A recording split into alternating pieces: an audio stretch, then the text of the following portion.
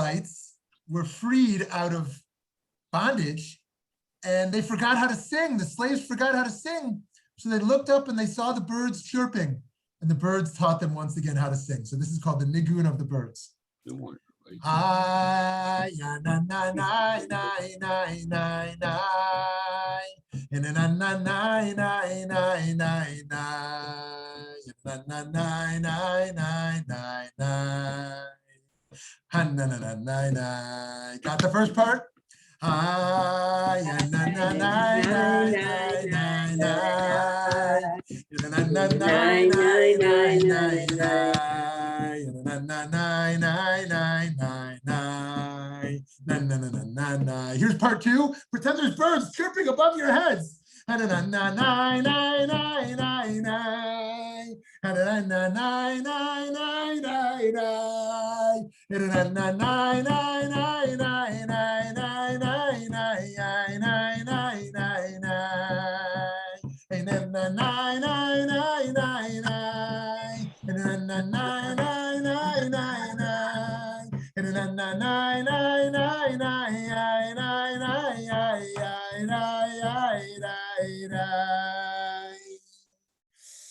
Oh, we should feel the love around us, to feel the love around us, not just from people, not just from the earth, but from the animals around us. When we see birds, we should think of them blowing kisses to us. Think of those birds whispering secrets to us, that the secrets, the mysteries, that love is flowing in all directions, and we can choose to see that or not see that. Anyways, that's the nigun of the birds, and I love that one. And it's impossible to not be in a good mood when you sing it. So if you're ever down, try the nigun of the birds. Okay, friends, let's start with a poll. Let's start with a little poll here. Good to see you. Thanks for joining, Scott and Michael. Oh, and Jenny. Okay, how important is your Jewish denomination to you? Number one, it is very central to my Jewish identity. Number two, it is helpful. It is helpful, but not central. Number three, I don't think much about denominations at all, really. Number four, I am post-denominational. And number five, I think denominationalism is mostly divisive, unhelpful, and it looks like we lost the last word there. And let's see, denominationalism is mostly divisive, unhelpful, and let's say out of date. Okay, so, okay, so cast your vote there on how you view your Jewish denomination. Okay, let's give you a few more seconds here to cast your vote. Okay. A few more seconds. Welcome, David. Welcome, Vicky. Hi, Cheryl. Okay, Pam, do we have enough results there?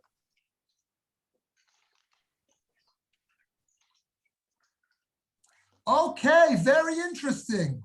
Very interesting. 8% say that their Jewish denomination is very central to their Jewish identity. 42% think it is helpful but not central. 42% again. Wow, we've got like, this is like the new Pew study. Like, who needs the Pew study? We got these results. 42%, I don't think much about denominations. Oh, don't think much about it. 8%, I am post-denominational, and 0 are opposed to denominations. Okay, very interesting. Very, very interesting. So thank you for that. Yeah, I'm joking about the Pew study because the results are supposed to come out like tomorrow or something. The new Pew study, along with Facebook's decision as to whether to invite former President Trump back onto Facebook or not. So those are the two big decisions tomorrow. I'm sure there's other ones, but anyways. So friends, just by way of introduction before we launch in here, you know, some of our 40 greatest debates are very abstract, and nobody will take personal offense at whether God has a body or not. Oh my goodness, I'm so offended. You told me God doesn't have a body. You've destroyed my theology. I don't expect to get major pushback. And some of our debates are kind of personal. We're gonna get into egalitarianism in a few sessions from now, right? Last week you talked about guns. Maybe some gun owners or some gun banners are, you know, upset with me in some way. And today too might feel like it's a little bit on the personal side.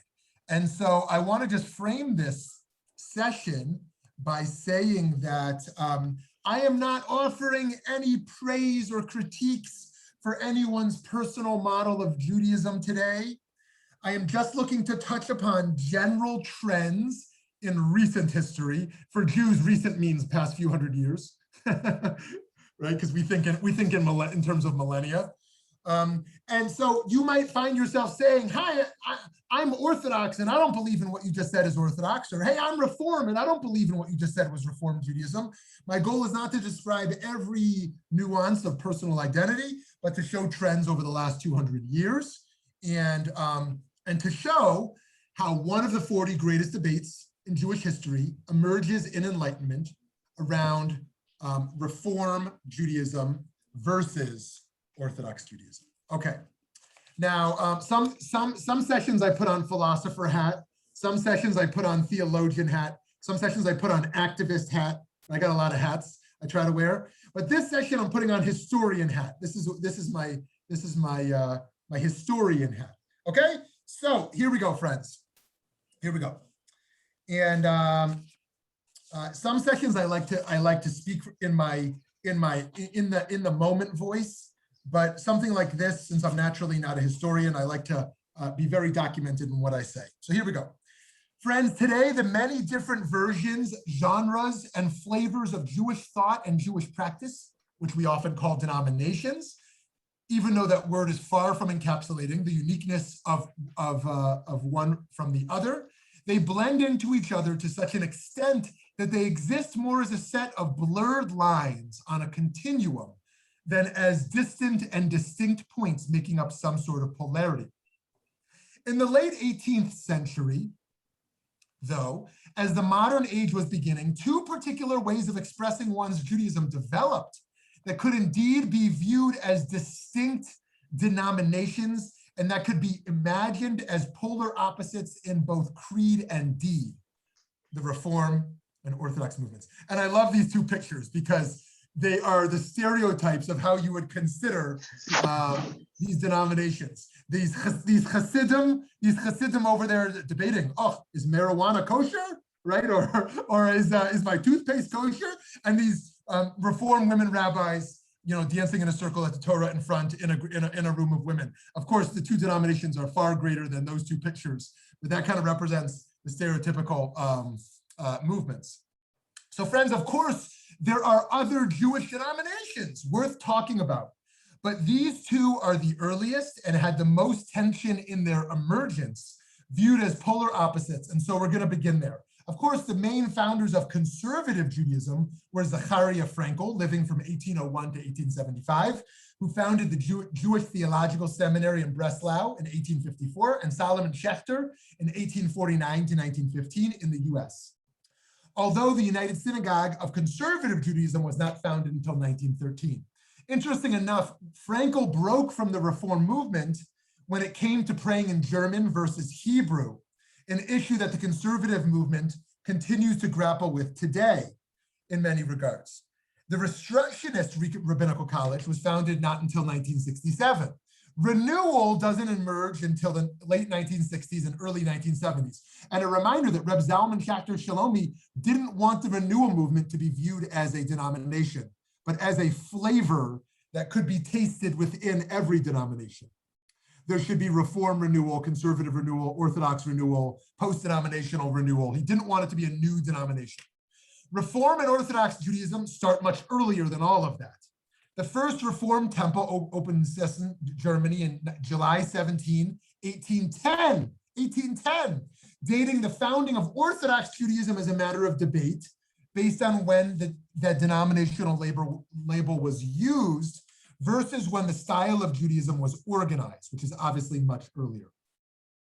Originating in the 1800s in Germany during the Haskalah, the Enlightenment, Reform Judaism has emerged as a liberal response both to some Jews who were rapidly leaving Judaism, even converting to Christianity, and to others who seemed stuck in a past that would not even recognize the present world which they inhabited. They wanted to imply scientific study to Judaism, what they called Wissenschaft. A big part of the enterprise was not about rethinking religion as much as gaining social acceptance with a respect for Judaism. For example, Jerusalem was taken out of the prayer books to demonstrate that Germany was the true home for German Jews. Don't think we have a dual allegiance, a dual loyalty. We're removing Jerusalem from the liturgy to show we're real Germans. Their main goal, scholars suggest, is that the goal was not to rethink Judaism as much as to make clear that we are real Germans, and yes, we happen to be Jews. They created much shorter prayer services. They took off their kippot in the synagogue and out, and they gave sermons in German rather than in Yiddish. They got rid of anything that might lead an outsider to claim that Judaism was strange, like keeping kosher. Ugh, I don't want to be a backwards Jew who would buy kosher meat. I'm a real German. I will eat with the rest of the Germans, right? It all needs to be about morality, not about ritual or the supernatural. Rabbi Abraham Geiger, one of Reform's pioneers, suggested that his contemporaries should readily change Jewish observance to adapt to the modern ethos. He argued that this was historically consistent with the Jewish past and that observance always changed to meet the needs of the moment. In regard to one issue that has always become a focal point with reference to which many modern Jewish groups have defined themselves, gender. Already in 1837, Rabbi Geiger argued as follows, even though we must acknowledge he, of course, completely failed to actualize this point in any complete fashion. He says, let there be from now on no distinction between duties for men and women, no assumption of the spiritual inferiority of women as though she were incapable of grasping the deep things in religion, no institution of the public service, either in form or content, which shuts the doors of the temple in the face of women. Now, of course, this, again, is the early to mid 1800s. The first woman Reform rabbi in America, Rabbi Sally Priesand, is still not ordained until June 3rd, 1972. So it might feel like egalitarianism is part and parcel, is constitutive of the birth of Reform Judaism, but it's not true. Geiger writes something like that in the early to mid 1800s, but it's going to take more than 100 years later to even have a Reform woman rabbi, right? So you can't equate Reform Judaism with egalitarianism. Today it's equated, but you have well over 100 years, 150 years, where egalitarianism is completely foreign. It's just a thought, it's just an idea. It's not until the American feminist revolution that the Reform movement will really bring in such an idea. And of course, the first American Orthodox female rabbi was ordained less than 40 years later. The original egalitarian ethos was in that sense limited. And as such, Rabbi Geiger's statement has somewhat limited value as a reference point. Nonetheless, his articulation and assertion of his position set Reform decidedly apart from traditional Judaism.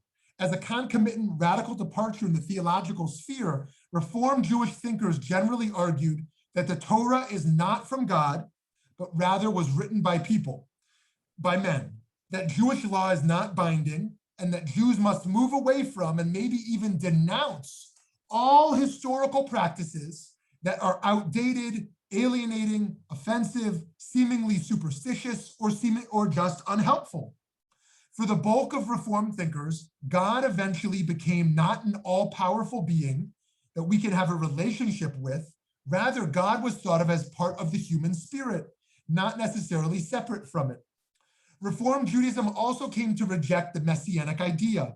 The shift in thinking showed up liturgically, so that, for example, in regard to resurrection, the reference in prayer to God as Machaye Metim, the one who brings the dead to life, was changed to refer to the Machaye Hakol, right, the one who enlivens everything. Similarly, early Reform was also anti-Zionist, arguing that finding religious meaning in the diaspora was the priority and would allow Jews to focus on being, quote unquote, a light unto the nations. They would reject the idea that there should be a return to the homeland and that there should be conflict involved in that, and reject the idea that the diaspora is not the center. But friends, by the second half of the 19th century, the majority of Jews in Germany identified with liberal Judaism, right? How quickly that happens. And this new model was what would be exported to America for the building of liberal Jewish America as we know it. And so a big part of liberal American Judaism as we know it today is not only due to an assimilation into the Protestant worldview, but also the influence of the early reformers in Germany. One of the early leaders of the Reform movement, Rabbi Isaac Mayer Weiss, was very influential in developing Reform Judaism in America in the middle and late 19th century. He wrote the first Siddur, the first prayer book edited for American Jews in 1857. He founded the Union of American Hebrew Congregations in 1873. He founded the Hebrew Union College in Cincinnati in 1875. He founded the CCAR, the Central Conference of American Rabbis, in 1889. This guy built it all. He built all the institutions. The approach to halakha taken by Rabbi Weiss was exemplified by his involvement in an event that came to be known as the Treyfa Banquet. The dinner held in 1883 to honor the first graduates of Hebrew Union College, as well as delegates to a convention of the UAHC, was a lavish affair which the guests dined on shellfish and had a dessert of ice cream after their meat meal. While Rabbi Weiss does not seem to have been responsible for the meal itself, he pushed back hard against Jewish leaders who criticized the non-kosher party and published an editorial in his newspaper, The American Israelites, taking those critics to task for being exercised over the laws of kashrut, something considered by the newspaper to be relatively unimportant. The Pittsburgh Platform, a document adopted in 1885 by a group of Reform rabbis, emphasized even further the degree to which Reform Judaism eschewed any focus on ritual in Judaism and strongly favored treating Judaism as a religion primarily of morality and not so much of ritual. It looked at that time like Reform Judaism was going to be the dominant form of Judaism in America. In 1880, over 90% of synagogues in America were Reform. And so at that time, you might have thought there was going to be no future for any other type of denomination in America. Reform Judaism had capitalized and monopolized on the future of the American Jewish outlook and ethos. A few decades later, 1930s, Reform Judaism returned to a more traditional approach, seeking to differentiate itself from its perceived similarity to American Christianity. Reform Judaism also later embraced Zionism. Okay, so just to hash that out, like many movements, the earliest form of reform is much more radical, much more differentiating from traditional Judaism intentionally, and even embracing conflict, and seeking complete acceptance within a Christian worldview. Come early 20th century in America, there comes to be a slide of differentiation for various reasons. But over the years, Reform retained a non-traditional perspective on halakha. One of the most prominent 20th century theologians of the Reform movement, Rabbi Dr. Eugene Borowitz. He argued the halakha for the modern Jew was a resource, but not binding law, right? That's a reminder of the Reconstructionist idea that says it is a vote, but not a veto. He writes here in this important book, The Autonomous Jewish Self, I do not see how, even in principle, Jewish law can be imposed on such a Jewish self. Rather, with autonomy essential to selfhood, I avidly espouse a pluralism of thought and action stemming from Jewish commitment. So it's very interesting. Borowitz is a Reform Jew. By the way, delete from your vocabulary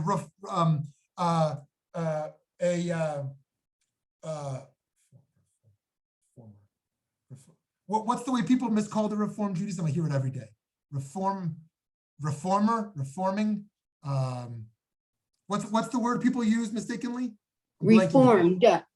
Oh, yeah, Reformed. People say, oh, yeah, I'm a part of Reformed Judaism. So there's nothing called Reformed Judaism. It's Reformed Judaism. And I don't, seek to, correct. And by the way, the Reconstructionist movement renamed itself in the last few years, Reconstructing Judaism. So there's a lot of shifts here.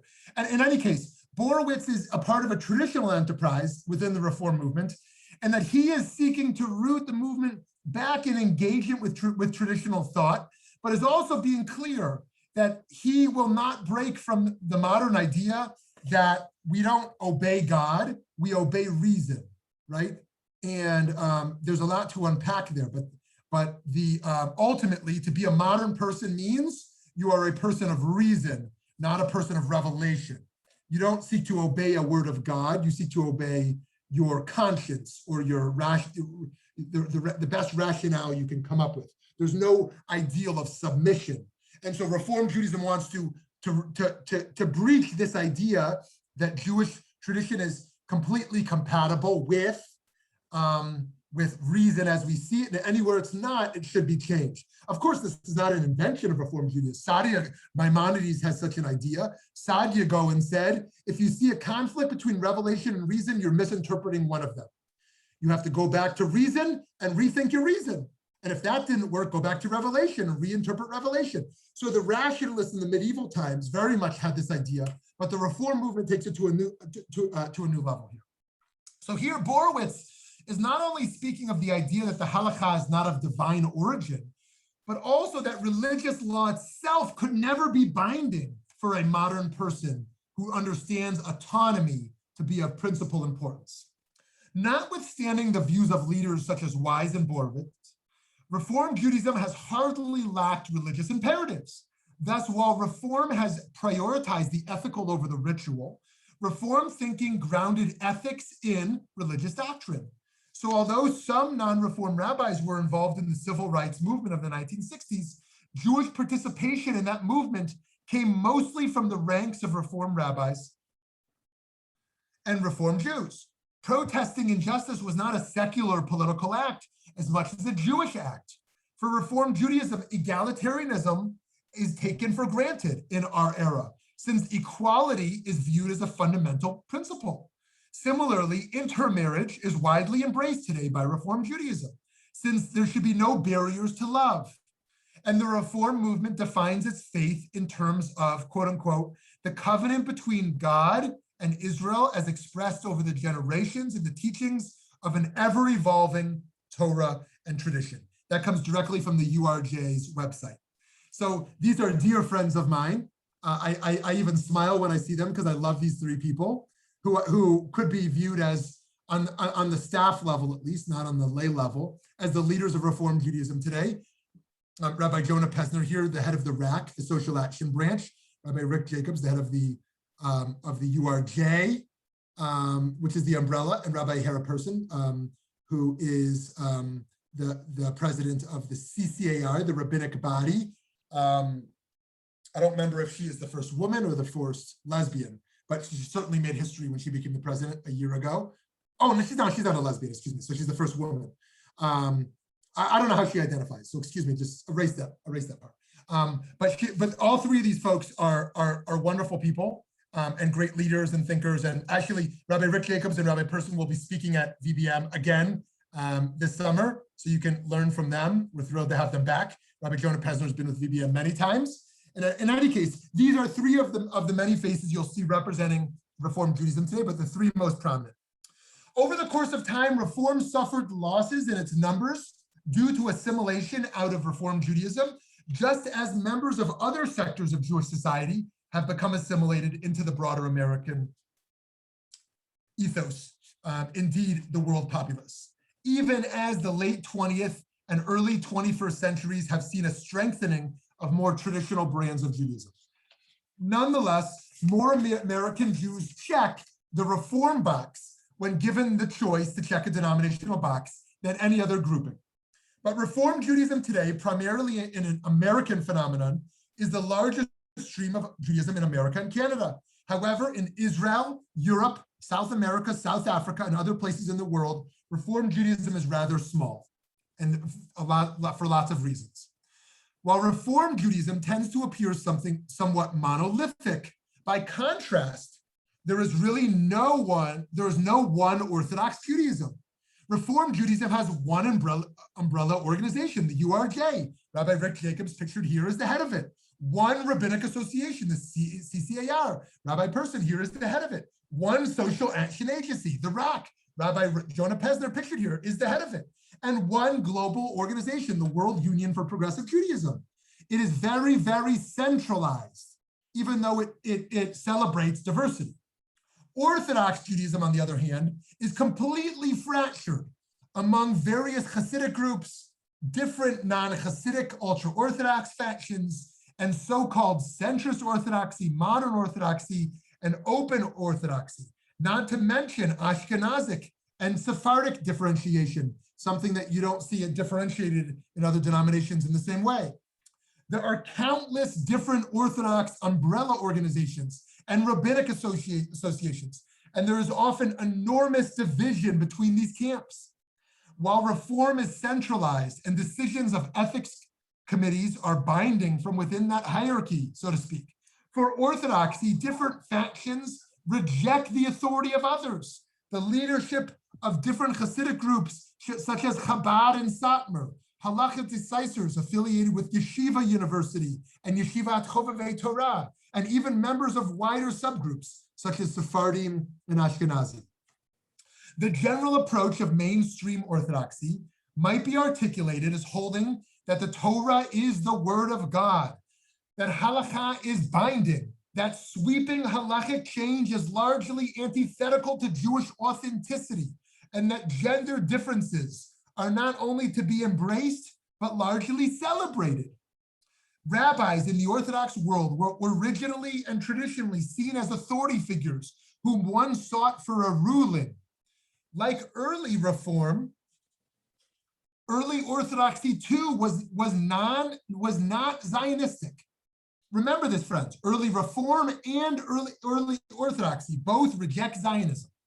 For the Orthodox, this wasn't about the ethical primacy of the diaspora like it was for the Reform, but rather about a need to wait for the Messiah and a rejection of the secular pioneers who were too quick and eager to roll up their sleeves and create a secular state not guided and informed by Torah and halakha. So these three pictures here were the three most influential rabbis in the second half of the 20th century in American Orthodoxy. Rabbi Joseph Soloveitchik of Yeshiva University, modern Orthodox, the Lubavitcher Rebbe, who many people would say is not Orthodox at all, is post-denominational, but certainly for many reasons we can locate within Orthodoxy, and Rabbi Moshe Feinstein, who was the halachist. And these three were the three pioneers here. By the way, by far the fastest growing denomination, so to speak, today is Chabad. Those Jews who are largely not observant, but like the Orthodox but inclusive approach that a Chabad house offers. You can find a Chabad in every country, in every city, virtually in the world. Orthodox Judaism embraced a strict adherence to the rulings found in traditional rabbinic texts regarding observance of Shabbat, Kashrut, Nida, and other Torah and rabbinic laws. In Orthodoxy, it is not only the Torah, the written law, that is viewed as binding, but also the Talmud, the oral law, which leaves, for the most part, virtually no room for flexibility as well. And in much of Orthodoxy, insularity came to be seen as a value because Orthodox Jews at large did not want to be influenced by an outside culture that could lead to even the slightest bit of assimilation. Many ultra-Orthodox Jews in Brooklyn and Monsey still don't speak English, but only Yiddish, with the goal of preventing interaction with the world at large. Many who do speak English only do so when necessary for business or other pressing needs. At the same time, many Orthodox Jews have embraced the culture of the broader world, even as they carefully sift between those elements of general culture that enhance a way of life guided by Torah and those that could undermine it. For Orthodox Jews, serving God with ritual and Torah are particularly central. A visitor to an Orthodox service or event might hear less talk about ethics or more about observance of the law than they would when among other denominations. Among most Orthodox Jews who consider the point likely take it for granted that the law is ethical and that to be an Orthodox Jew means to be an ethical one. Many Orthodox Jews assume a belief in the rebuilding of the temple and the coming of the Messiah, along with the resurrection of the dead, although much disagreement exists even within Orthodox Judaism as to the meaning of the terms Mashiach, Messiah, and resurrection, Techiyat HaMetim, and what it might mean for the temple to be rebuilt and for the sacrificial service to be restored. For many ultra-Orthodox Jews, the modern state of Israel provides needed benefits and is certainly meaningful, even though some Haredim shun not just the idea of a modern Jewish state, but even choose not to live in Israel for religious reasons. For many religious Zionists, however, the return to the land is the birth of the Messianic era, and the government, although secular, is also a crucial part of the redemption. This vision of Zionism was articulated in early formulations by Rabbi Abraham Isaac Kook and developed further by his son, Rav Tzvi Yehuda Kook, and his followers, with the belief that the state of Israel in its current formation will ultimately become a totally halachic state. Still, many Orthodox Jews and leaders feel that the end goal of a purely halachic state is not a necessary aspiration, so long as all Jews can call Israel their home, and those who wish to live a halachic lifestyle are free to do so. So the term Orthodox is often used as a proxy in umbrella fashion to include the various forms of traditional Judaism that existed before the modern era and that made up almost all pre-Enlightenment rabbinic Judaism.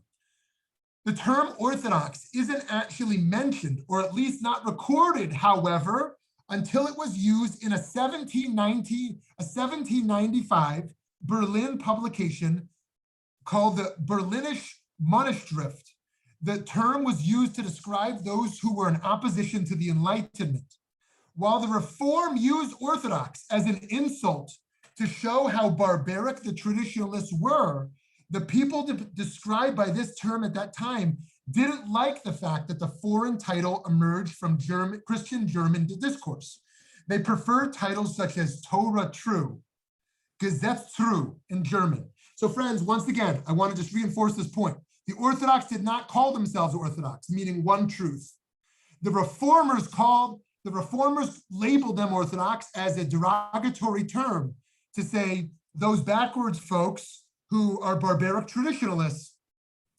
The Orthodox at that time wanted to be called Torah True rather than Torah Reformers.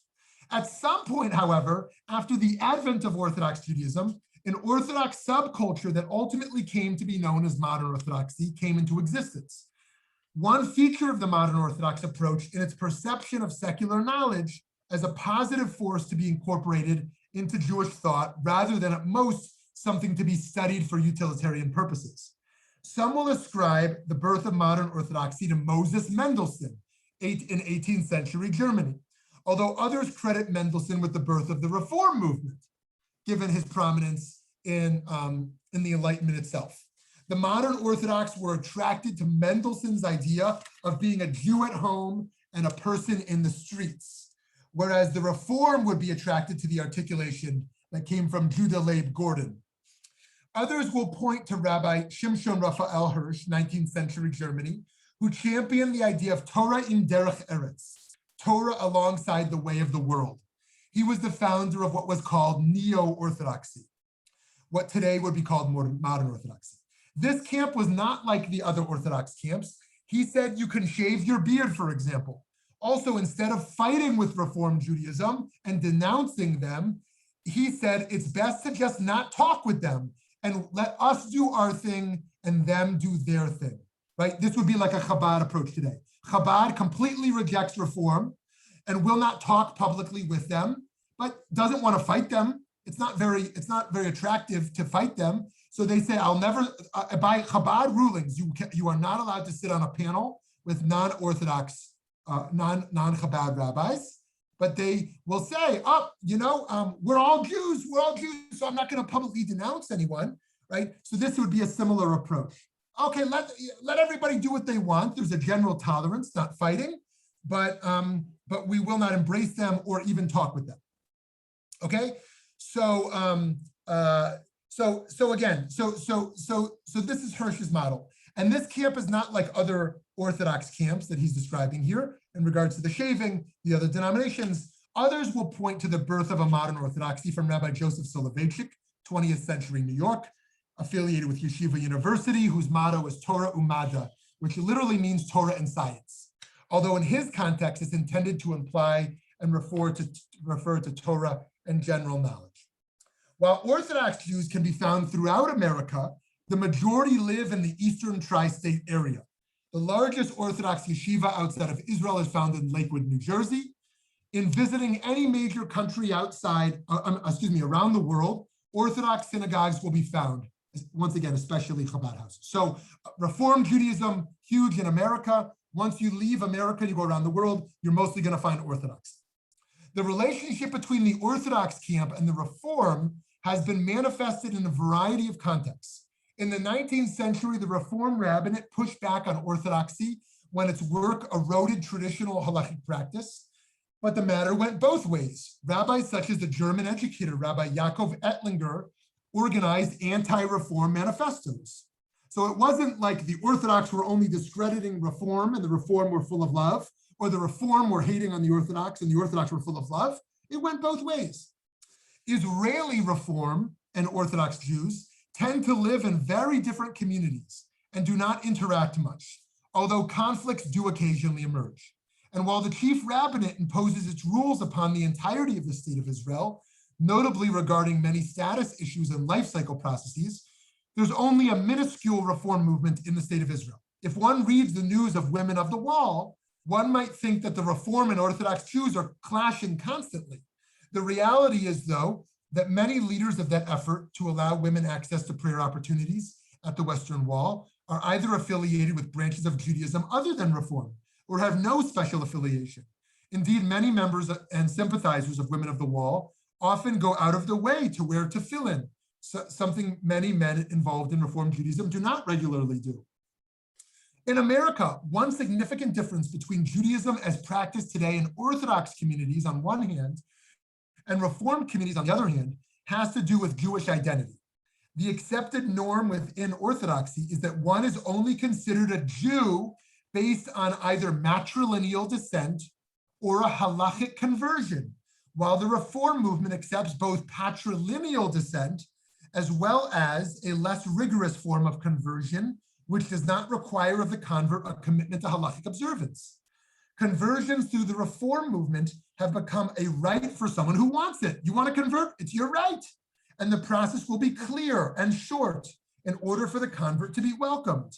Converting for marriage is also acceptable to the Reform. These divergences have made the potential for unified peoplehood very difficult. For some Jews, there is simply no way to redefine a Jewish status through patrilineal descent. Others do not see themselves as having the option of working with other groups that don't accept these new terms as a Jewish status is acceptable. Many in each group see the others group approach as offensive. A related challenge also emerges with regard to weddings. Although this was not always the case today, intermarriage is largely not considered to be an impediment in the Reform world. A related and ironic debate has to do with whether a Reform wedding is halachically valid. Reform rabbis do not require a get at divorce. On the one hand, if a Reform wedding is not valid and the couple civilly divorces without a halachic get, if either member of the couple were to remarry, they could perhaps not have to face the prospect of having children from the new union to be considered mamzerim, illegitimate offspring. On the other hand, considering the original wedding to be invalid could be viewed as offensive to the Reform rabbi who performed it. A somewhat related issue that seems to represent an Orthodox Reform divide has to do with same-sex marriage. Reform Judaism appears to accept that institution in ways that Orthodoxy has rejected. Fast forward over a century, and it's not difficult to find warm engagement between Reform rabbis and Orthodox rabbis. In an unprecedented exchange in 1978 between the Lubavitcher Rebbe and Rabbi Joseph Glazer, who was the executive vice president of the CCAR, They shared their different views on the Constitution and the role of religion in the public square. Rabbi Glazer argued for a strict separation of religion and state. The Lubavitcher Rebbe argued that the religion, Torah, should be present everywhere possible. In regards to the Lubavitch practice to have a Hanukkah menorah lightings on government property, Rabbi Glazer urged the Lubavitcher Rebbe to direct a cessation of these lightings or other religious observances on public property. He argued that there was a violation of the constitutional principle of separation of church and state, as is the erection of Christmas trees and creches depicting the birth of Jesus. It weakens our hand when we protest the intrusion of Christian doctrine in the public life of American citizens. One step toward humility is for each member of a denomination to name the shortcomings of the denomination. As Rabbi Yitz Greenberg once famously remarked, it doesn't matter what denomination you are, as long as you are ashamed of it. Are Reformed Jews really doing enough to keep authentic Judaism intact and to slow down trends towards mass assimilation? Are Orthodox Jews really doing enough to proactively adapt and evolve and not distort timeless values by freezing the law with new layers of stringency? The problems are clear. The solutions are not. And so I conclude this presentation with the question, can we still be one people? The conception of Jews as a single, unified people seems, at least in hindsight, to have emerged with fiery conviction and ubiquity with the diaspora that began 2,000 years ago, and to have been re-articulated as a reality accepted by so many in the immediate aftermath of the Holocaust. Jews were considered to be a singular nation in the diaspora. Think about a federation campaign, one people, or a Zionist campaign, Jews united, right? It did not matter that we were separated by thousands of miles or oceans or languages or cultures. In the eyes of so many, we were one people. This was also what made the state of Israel and the land of Israel so important. The promise of a country where Jews could gather and live and become a united people with the same language and culture and religious practices and identity. However, this idea of oneness seems to be just that, an idea, and more precisely, and as of yet, unrealized aspiration for unity in a time of constitutional turmoil. Rabbi Jonathan Sachs, in the preface to his book, One People, writes, Jewish unity. The phrase is deceptively simple. It is easier to invoke than to understand, and is beset by irony. The idea that Jews are one people has emerged as perhaps the dominant motif of post-Holocaust Jewish reflection. It is a constant presence in the public rhetoric of contemporary Jewry. It evokes passion and conviction, but seldom clarity. Set against the reality it seeks to describe, it is an aspiration, not an achievement, a myth rather than a reality. Not since the 1st and 2nd centuries have Jews been less united. Rarely has it been harder to state what constitutes them as one people. That in itself should not surprise us, because demands for unity surface only at times of great internal conflict. Friends, to conclude, today we may be inclined to perceive ourselves as part of one people due to a shared language, a shared history, a shared tradition, a shared land, shared values, and other commonalities. But it is not our shared membership in a people that unites us. Rather, it is the very values we cherish that unite us, with the goal of being an Am Kadosh, a holy people. We do not merely share some inexplicable tribal bonding affiliation, especially with the emergence of post-ethnic Judaism.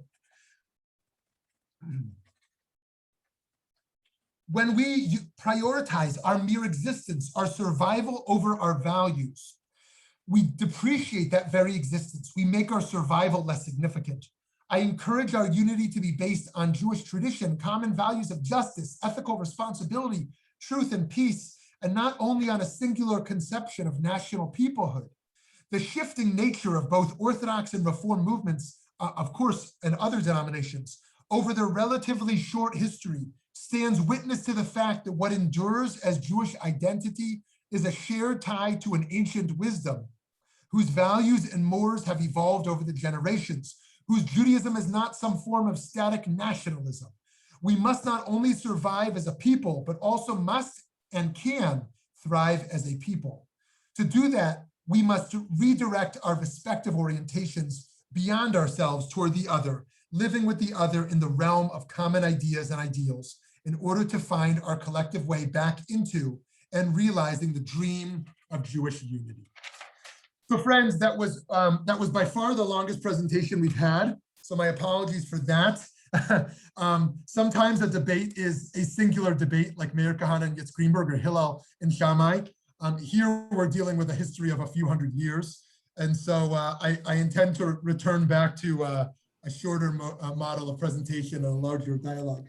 But I had to do justice to something so complex as the emergence of denominationalism in Judaism. So friends, let's hear from a few of you with questions and comments before I respond. So feel free to unmute yourself and jump in. Rabbi, this is Eric, and just want to say thank you very much. This was, to describe your presentation, 2 words is wow and wow. The question I have is regarding the concept of survivability versus oneness.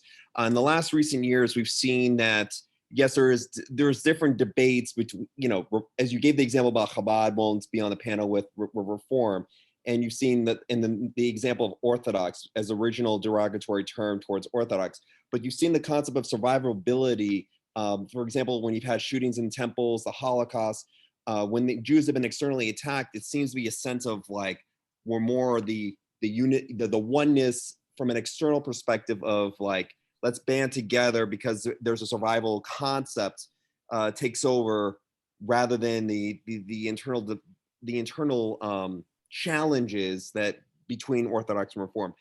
My question is,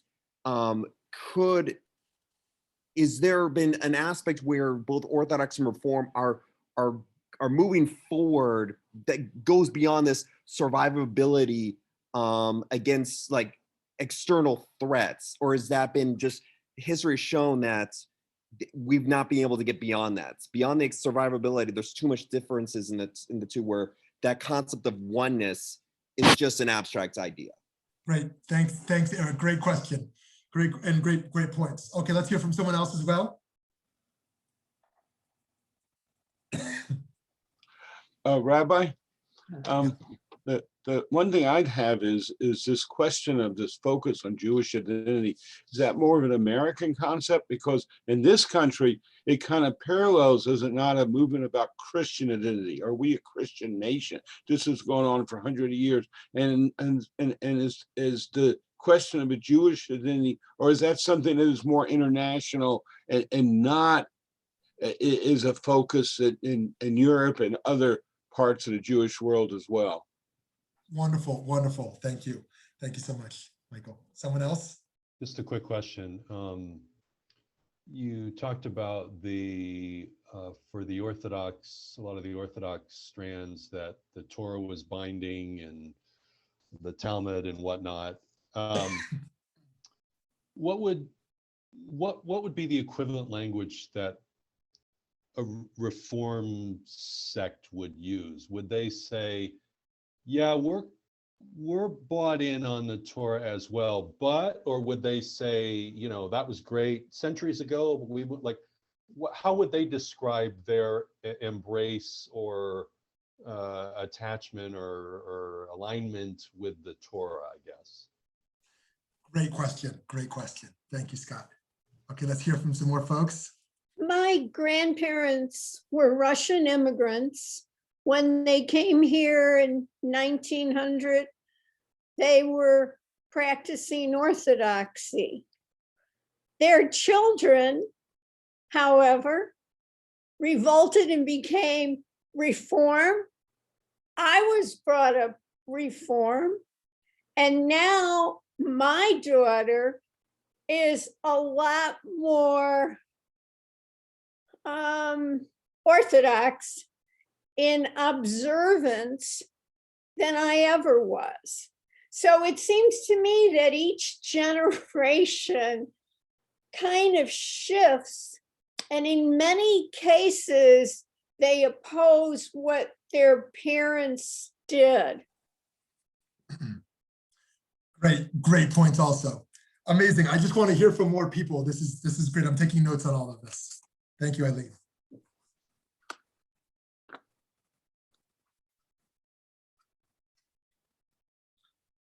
Is there one more person who wants to jump in before I keep going? Steve was trying to talk, but he was Oh, muted. please, Steve. Oh, you're on mute still? There Here he I is. am. There Here he I is. am. Sorry. A few nights ago, I went to a Lag BaOmer party, and I was greeted by the rabbi with the perfunctory hug, and he said the words, "My friend, it is good to see you." He didn't say, "My fellow Jew, it is good to see you."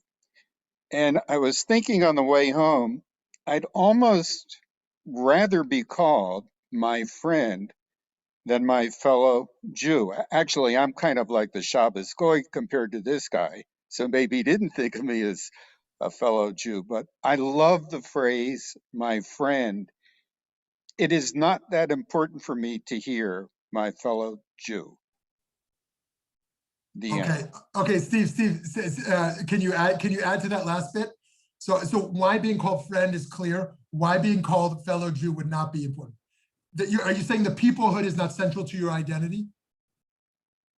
The peoplehood, no, I think most of my identity is intuited, is there from the beginning, is in everybody. I share an identity with everybody. Mm, My friend to me means love and respect. mm, mm. Okay, That's very nice. Thank you, Steve. That's great. Okay, who else did we not hear from yet?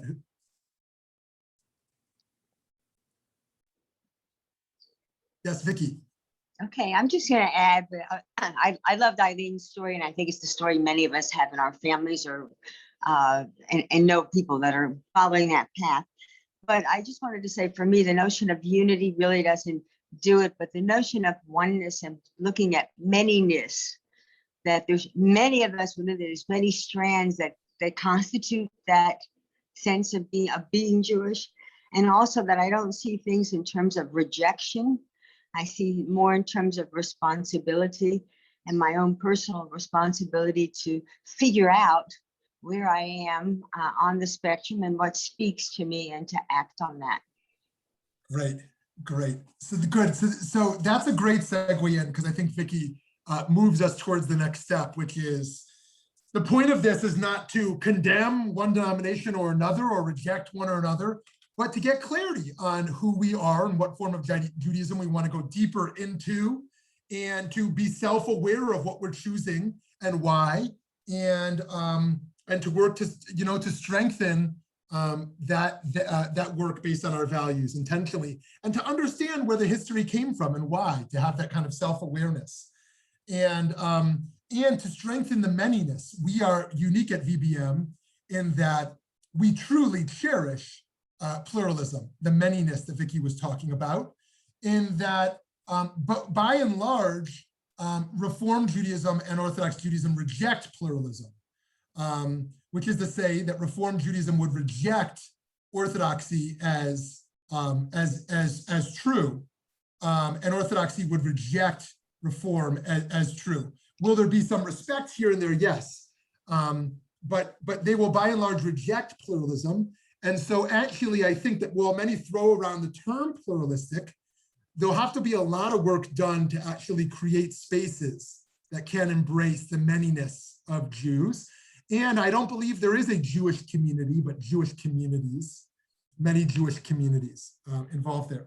And so, Mike, why don't you jump in before I respond to some of these points? One more quick response is, I think we should not forget what I consider the elephant in the room, the underlying issue of secular versus religious, because at least in the Western world and in Israel, that's kind of an underlying struggle that I think that impacts all of this.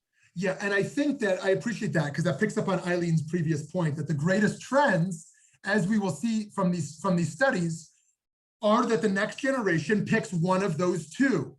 They want to move towards orthodoxy, Balei Tshuva, or they want to move towards a cosmopolitan, multicultural form of secularism, the spiritual but not religious model, right? That views religious identity as a barrier towards some deeper humanity in some sense.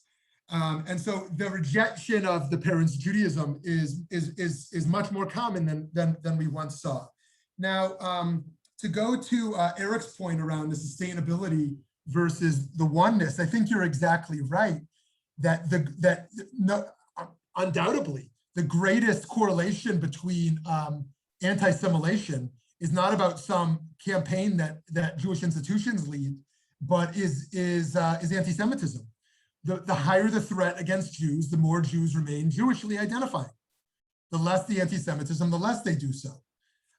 It's a sad reality that that's the case. And you're right, that the only time that Jews band together, by and large, is when it comes to such a threat.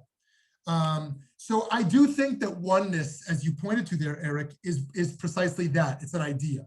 It's an idea, perhaps an aspiration. But really the manyness and the differences are much more profound on countless layers. And we're seeing that divide emerge more prominently, as we said, in post-Holocaust, in the late 40s, 50s, 60s, even really until even into the 70s, we saw oneness as a huge value. And over those next decades, we saw greater divides politically, religiously, communally. And so to Scott's point there, I think Reform rabbis have a hard job. For lots of reasons, it's hard to be a rabbi. But I think Reform rabbis have congregants that expect Reform rabbis to be traditionalists, kind of like a Dennis Prager model of Judaism that says, oh, of course the 10 Commandments are the word of God, right?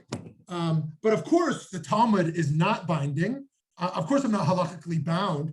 And so there's a sense among many Reform congregants that expect their rabbi to kind of in some way keep kosher, in some way believe the Torah is true, right? In some way expect their rabbi in the community to be in line with what Jewish tradition has typically said on issues. And so they get pushback from traditionalists within that camp who are not observant, but want a certain type of synagogue to embrace tradition. And then they get the pushback from those who are embrace assimilation as a value within the Reform camp of wait a minute, why are we still doing any kosher practices, like no pork in our synagogue? It makes no sense, right? Or why would we have any barriers towards intermarriage or anything? Let's be Reform and say none of this law is binding. We don't have to do any of these traditions. Let's be social justice Jews, right? And take that primary. And so they would describe, I think most of them, of course there's diversity among Reform rabbis, but as Sinai inspired. We're Sinai inspired. We are inspired by the tradition, but not bound by it, right? We look to the tradition for guidance. But the fact that you can't find feminism in pre-modern Judaism, by and large, doesn't mean anything about as a barrier towards it. Or many other similar examples. So lastly, to Mike's point there about identity, I think you're right. I think if you want to win over the heart of a philanthropist who's over the age of 60 today, you use the two terms continuity and identity. That's what we're doing. We're here cultivating young Jewish identity and fostering, enabling Jewish continuity. Those are the buzzwords that Hillel or Federation or other organizations, legacy institutions would use to claim that they are maintaining this idea that there is continuity and that the investment is in this thing called identity. But you're exactly right that that's a very new idea, continuity and identity. Identity as something that camp or day school should foster is a very new idea. Rather, what would usually be used is fluency and literacy. Does the kid know how to read Hebrew texts? Does the kid have a fluency and a literacy and a competency? Is the child behaviorally acting within Jewish norms? It is about action and it is intellectual, right? This idea of identity you take for granted. Obviously, pre-modernity, you take identity for granted because the whole idea of modernity is the birth of the self, the conscious self that then comes to cultivate an identity. But also the notion of a religious identity is a much later idea. I can't speak to the idea of how identity is used differently in other countries. I just don't know enough to speak to that. And Steve's point is a fascinating one to close there. This idea of a friend rather than a fellow Jew, because this is the new emerging trend here, a move from peoplehood into post-peoplehood Judaism, post-ethnic Judaism, this idea that what unites us is really our humanity. And yes, we may have shared values as Jews, we may have shared community in some sense, but this is not genetic, this is not by law, this is not by blood, this is not by soul, differentiation of soul. As the Tanya will suggest, that Jews have a higher level of soul than Gentiles do, which is Chabad theology. One of the few theologies in Judaism you can point to as truly racist, even though some people are inspired by it. The idea of Jews having a different soul than Gentiles, from the Tanya. And so this idea of friendship, of a space for our flavor of humanity rather than Jewish distinctiveness, has become increasingly attractive. So friends, I'm going to conclude here with my most profound respect for Reform Judaism, Orthodox Judaism, Reconstructionist, renewal, conservative, post-denominational, assimilated Jews, ultra-Orthodox Jews, that the Judaism we want to promote is thoughtful Judaism, meaningful Judaism, Judaism where people are intentional in what they're choosing and why, and create a space to listen to each other around those differences and ideas, and that Jewish values, however we understand them, can be used and understood in many, many different ways. I give us all the bracha, the blessing, that we can both continue to grow in our own Jewish journeys, our own human journeys, our particular journeys, and we can build a Jewish community that can hold the plurality, not only in times of crisis, but in times of blessing. Have a wonderful day. Next week, you want to know what's next week? So you'll decide. Number 6, Einstein, Freud, and Marx versus the sages. Do Jews believe in free will? Oh, have a great day. Can't wait. Are you as excited as me? Maybe not. Okay. Have a great day.